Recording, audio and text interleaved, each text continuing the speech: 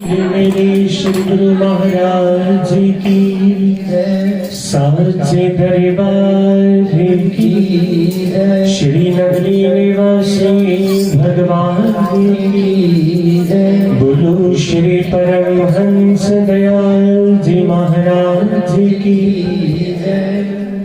जय घोष की आवाज। फिर से हम दो जो माइक में बोल रहे हैं बस इन्हीं की है। आइए मिलकर जय घोष श्री नगरी निवासी भगवान जी का। बोलो श्री नगरी निवासी भगवान की साचे दरबार की। तो जैसा कि हम सभी जानते हैं, आज हम सभी नव वर्ष के आगमन हेतु संकीर्तन हेतु यहाँ पर एकत्रित हुए हैं। बहुत सी यादें हम सभी कुछ अच्छी और कुछ बुरी भी अपने दिन में लिए इस साल को अलविदा कह रहे हैं। लेकिन समझने वाली बात क्या है?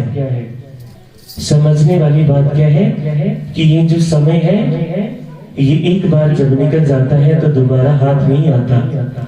चाहे घड़ियां अच्छी हो चाहे घड़ियां बुरी हो, जो बीत गए हैं वो जमाने नहीं आते हैं नए लोग, पुराने नहीं आते। मनुष्य के जीवन में लक्ष्य होना बहुत अनिवार्य है। जब हम बचपन में होते हैं, जब छात्र पढ़ाई करता है तो उसका एक लक्ष्य होता है और उस लक्ष्य को लेकर वो अपनी श्रेष्ठताओं और अपनी कमजोरियों का आकलन करके आगे बढ़ता है कि मुझ में क्या कमियां हैं, क्या खामियां हैं और मेरी क्या विशेषताएं हैं। उसके अनुकूल ही वो अपनी आगे की पढ़ाई को भी बढ़ाता है।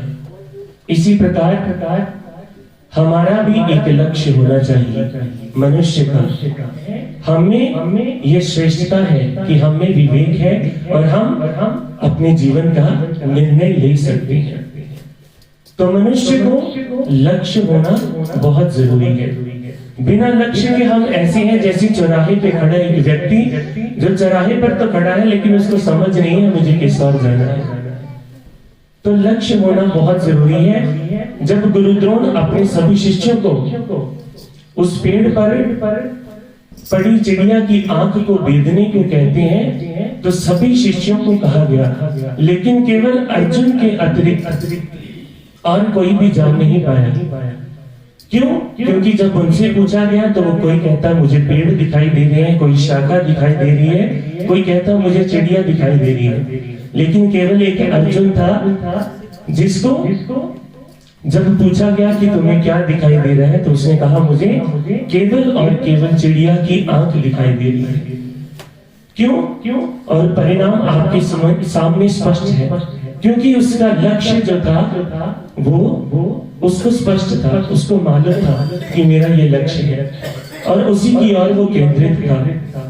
तो हमें भी ये जीवन हमें मिला है, मनुष्य का जीवन हमें मिला है, हमारा भी एक लक्ष्य है। शास्त्र कहते हैं हमारा लक्ष्य है योग, और योग का मतलब क्या होता है? आत्मा को परमात्मा से मिलाना। उस आत्मा को परमात्मा से हम कैसे मिलाएंगे? जब हम सत्संग में आएंगे, संतों की शरण में आएंगे और जब हमें ज्ञान की प्राप्ति होगी। सुनने वाली बात है, हम कहते तो हैं कि हम ज्ञानी हैं। मैं भी अगर कहूं कि मैं आपको ये जो बता रहा हूं तो मैं ज्ञानी हूं, पर मैं ज्ञानी नहीं हूं। ये केवल मुझे एक जानकारी है जो मैं आपको बता रहा हूं। ज्ञान किसे कहा गया है? ज्ञानी वो है जो उस जानकारी को अपना बना ले। केवल एक चीज है तो सत्यता, वो ईश्वर एक है, आदि अंत से ईश्वर एक ही है, लेकिन उसको समझना, उसको जानना, उसको अपने अनुभव में लाना, उसको हम ज्ञान कहते हैं। जब तक हम किताबों में से पढ़ते रहेंगे ये ग्रंथ, चाहे वेदों का हम कितना भी अध्ययन क्यों न कर लें, हम ज्ञानी नहीं कहला सकते, क्योंकि जिन्होंने वेदों की रचना की है वो है असली ज्ञानी। उन्होंने अपने अनुभव से उसको लिखा। हम तो केवल जानकारी है उस जानकारी को मैं आपको बता रहा हूं, लेकिन जब तक वह जानकारी मैं अपने अंदर अपने भीतर अनुभव नहीं कर लेता, उसको मैं ज्ञान नहीं कर सकते। तो इसलिए नया साल का आगमन बस कुछ ही देर में होने जा रहा है। तो हम सभी ने इस वर्ष में अपना एक लक्ष्य रखना है, क्योंकि लक्ष्य जब हमारे भीतर होता है ना, तो हम अपने जीवन को एक दिशा में दे सकते हैं, एक दिशा में रखते हैं अपने जीवन की। नहीं तो बिना लक्ष्य के हम दिशाहीन रहते हैं। तो अपने जीवन में लक्ष्य को धारण करना है, और वो लक्ष्य क्या है? योग माने आत्मा को परमात्मा से मिलाना। और आत्मा परमात्मा से कब मिलती है? जब हम सत्संग करते हैं, सत्य की संगति करते हैं।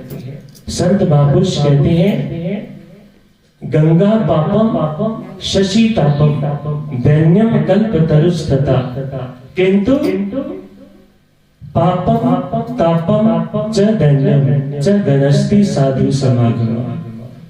कहते हैं जिस प्रकार गंगा मैया में स्नान करने से हमारे सभी पाप धुल जाते हैं, चंद्रमा की छाया में शशि तापम, उनकी अगर छाया तले हम बैठते हैं तो हमें शीतलता मिलती है। और कल्प वृक्ष के सामने अगर यदि हम कोई कल्पना करते हैं तो उसमें ऐसा सामर्थ्य है कि वो हमारी कल्पना को सिद्ध कर देता है। लेकिन संत महापुरुष क्या कहते हैं? पापम तापम च दैन्यम च गनस्ति साधु समागमा। संत की शरण में जब हम आते हैं तो ये तीनों विशेषताएं हमें संतों के चरणों में मिल जाती है। हमारे सभी पाप धुल जाते हैं, हमारे भीतर ऐसी शीतलता आती है कि फिर चाहे कैसी भी परिस्थिति हो, हमारी मनस्थिति कभी भी बदलती नहीं है। तो अपने जीवन को उस ईश्वर की शरण में लगा देना है, यही हमारा प्रयास होना चाहिए।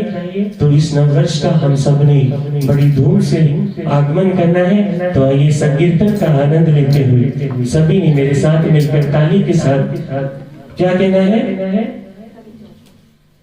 हो खुशियां ते शगन दी कटिया जे आईए, खुशियां ते शगन दी कटिया जे आईए, गुरुदारी बजदी शहनाईए, गुरुदारी बजदी शहनाईए, ओ नग में खुशियां दे जगे दले दे दिल खुशियां दा, खुशियां दा आया है बताइए दले दे दिल खुशियां दा, खुशियां दा आया है बताइए दले दे खुशियां दा।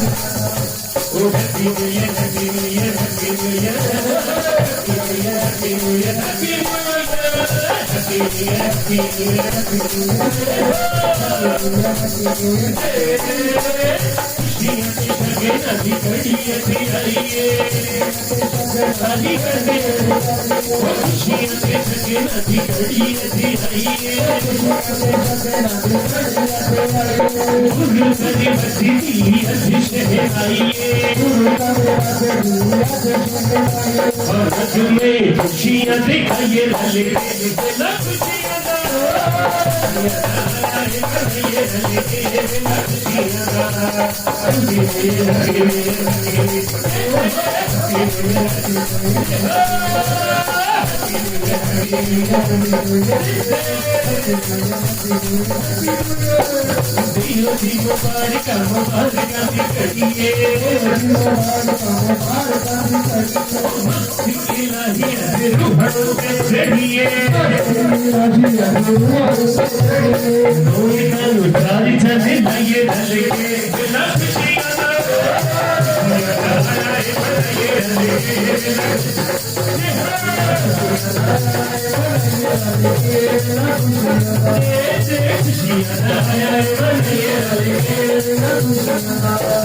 हमरे वीर तेरी हुजूर ने सामने भी रखे तेरी हुजूर ने बगीचा से दिला से खुशी भरी फूल है बगीचा से दिला से खुशी भरी फूल है कहते तो है भगता के दिला से खुशी भरपूर है लेकिन दिख नहीं रही। ताली की सेवा सभी करते हैं मेरे साथ। बगीचा दे दिला से खुशी भरी फूल है क्योंकि अगर आगाज अच्छा होता है तो अंजाम तो बढ़िया ही होता है। तो नववर्ष आ रहा है, सभी ने धूम मचाते हुए नंगे निवासी भगवान जी के चरणों में ताली की सेवा करते हुए बगीचा दे दिला से खुशी भरी फूल है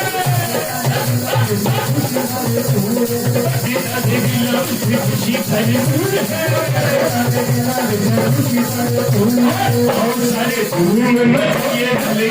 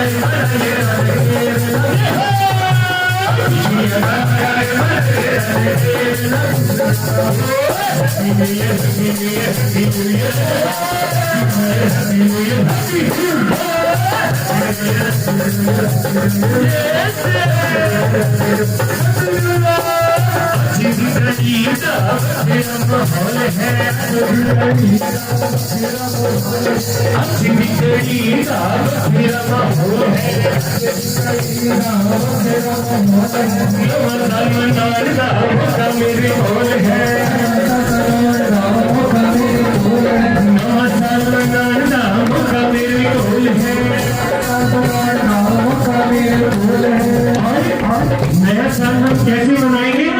वो पहले तीन स्वर्ण के बनाइए मेरे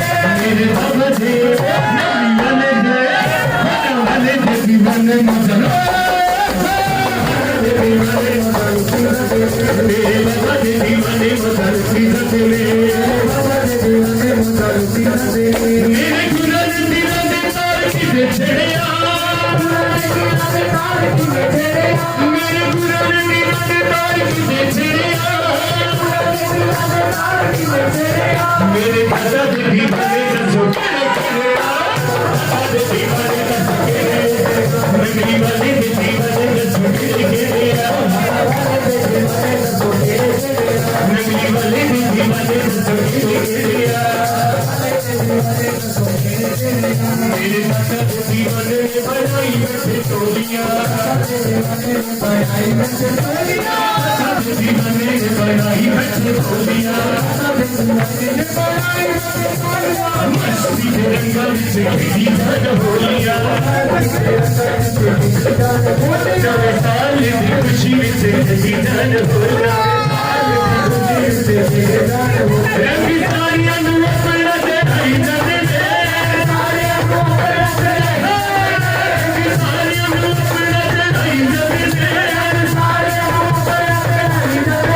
मेरे दादा थे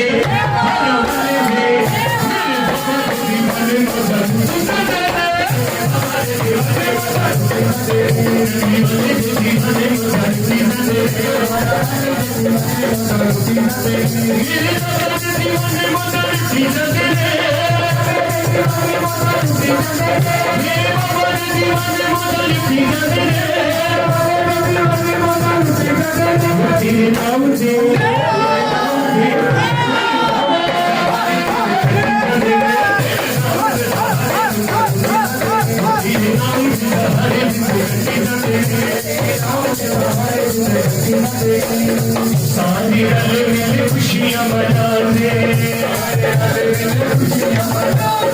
मस्ती से नचना मनाते मस्ती से नचना मस्ती से नचना मस्ती से नचना रंग मस्ती का